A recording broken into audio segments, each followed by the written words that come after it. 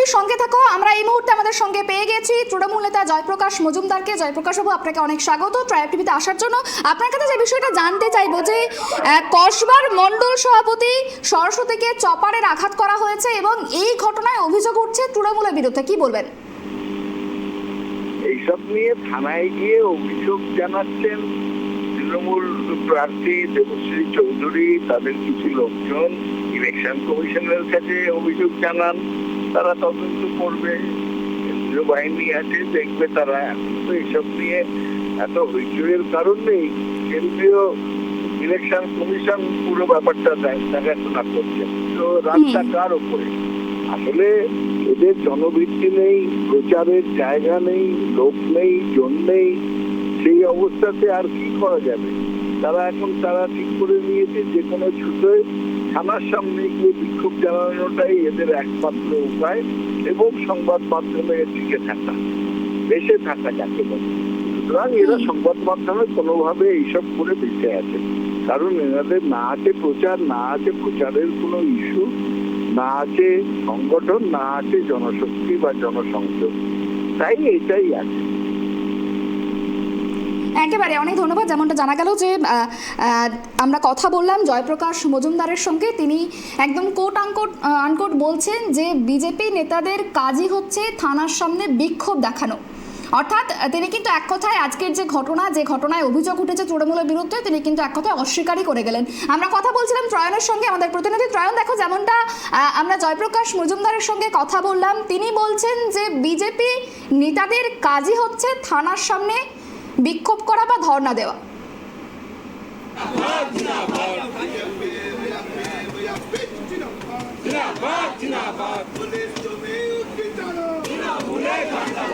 যান্ত্রিক ত্রুটির জন্য যোগাযোগ বিচ্ছিন্ন হয়ে গিয়েছে। আমরা কথা বলবো আবারও আমাদের প্রতিনিধির সঙ্গে। তার আগে আবারও একবার জানিয়ে রাখি যে ভোটের মুখে কিন্তু বাংলায় একদম অশান্তির ছবি। কলকাতার সাংগঠনিক জেলার কসবা মণ্ডল সভাপতি সরস্বতী সরকারকে চপারের কোপ মারার অভিযোগ ওঠে এবং এই অভিযোগ কিন্তু একেবারে তৃণমূলের দিকে, যদিও তৃণমূল এই ঘটনা অস্বীকার করেছে, তবে দেবশ্রী চৌধুরী এই ঘটনার পরেই কিন্তু তিনি সঙ্গে সঙ্গে সরস্বতী সরকারের সঙ্গে দেখা করতে যান এবং তাকে সঙ্গে নিয়ে আনন্দপুর থানায় যায়।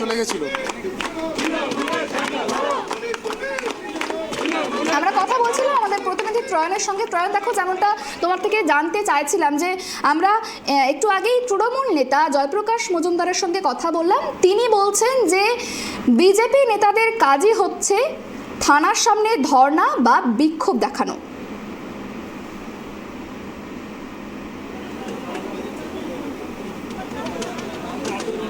দেখো, তাদের সুস্পষ্ট যেটা বক্তব্য বা দাবি এখানে বিজেপি কর্মী যারা রয়েছে, যে এই ঘটনার সঙ্গে তৃণমূল কংগ্রেস এবং অভিযুক্তরা শাস্তি না পাওয়া পর্যন্ত তাদের এই আন্দোলন চলবে। আমি আরও একবার দেবরাজকে বলবো ছবিটা দেখাতে, যে এখানে বিজেপি কর্মী সমর্থক যারা রয়েছেন,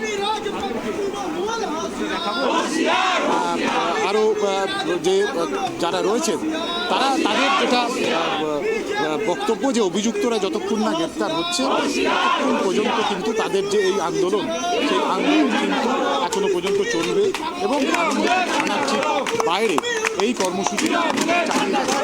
আমরা এখানে বিজেপি কর্মী সমর্থক যারা রয়েছে তাদের কাছে তোমার প্রশ্ন সরাসরি দেওয়ার চেষ্টা করবো। জয়প্রকাশ মজুমদার তৃণমূল কংগ্রেস নেতা, তার সঙ্গে আমরা কথা বলেছিলাম। তাদের যেটা বক্তব্য, যে বিজেপির কাজই হলো থানার বাইরে ধর্ণা আন্দোলন করা বা এই ধরনের কাজকর্ম করা। আপনি কি বলবেন? আচ্ছা, উনিও তো একটা সময় বিজেপি করতেন, ওনাকেও পেছনে মানে ভাষাটা উচ্চারণ করতে আমার খারাপ লাগছে, কিন্তু ওনার পশ্চাৎ দেশে মেরে কচু বনে ফেলা হয়েছিল, সেই সময়ও বিজেপি কিন্তু ধর্ণায় বসেছিল। সেইটাকে উনি কি বলবেন? তার মানে বিজেপি ওনাকে যে পেছনে মেরে কচু বনে ফেলা হয়েছিল, তার মানে সেটা বিজেপি ভুল করেছিল সেই সময় ধর্ণায় বসে তার অপরাধীদের সাজা চাওয়ার জন্য। আজকে অপরাধীদের সাজা চাইলেই এই রকম বলা হবে? কিন্তু উনি নিজেও তো একদিন বিজেপি করেছিলেন, ওটা ভুলে গেলেন কি করে? বারে বারে দল চেঞ্জ করছেন মানে কি নিজের বিচার বুদ্ধিটাও খুইয়ে ফেলছেন? একজন বয়স্ক মানুষ, তার সম্বন্ধে বলতেও আমার খারাপ লাগছে, কিন্তু বাধ্য হচ্ছি আমি বলতে যে একবার কংগ্রেস থেকে বিজেপি, তখন কংগ্রেসকে গালাগাল দিয়েছে, বিজেপি থেকে যেই মুহূর্তে টিএমসিতে গেলেন এখন টিএমসিকে গালাগাল দিচ্ছেন, মানে বিজেপিকে গালাগাল দিচ্ছেন। সুতরাং ওনার কাজই হচ্ছে এই ভুলভাল বকা। বয়স হয়েছে তো, মনে হচ্ছে গরম পড়েছে, সোডিয়াম পটাশিয়াম সব কমে গেছে, সেই কমে গিয়ে ভুলভাল বকে যাচ্ছিল। আর ওই যে শুনলে যে বিজেপি কর্মী সমর্থকদের জয়প্রকাশ মজুমদারের যে বক্তব্য, তার যে প্রতিক্রিয়া, সেই প্রতিক্রিয়া শোনালাম। এবং পাশাপাশি তোমার এটাও জানিয়ে রাখা যে তাদের যে কর্মসূচি বা আন্দোলন বা ধর্ণা কর্মসূচি, সেই কর্মসূচি অব্যাহত রয়েছেন। বিজেপি প্রার্থী দেবশ্রী চৌধুরী তিনি থানার ভেতরে রয়েছেন এবং সঙ্গে কথা বলছেন।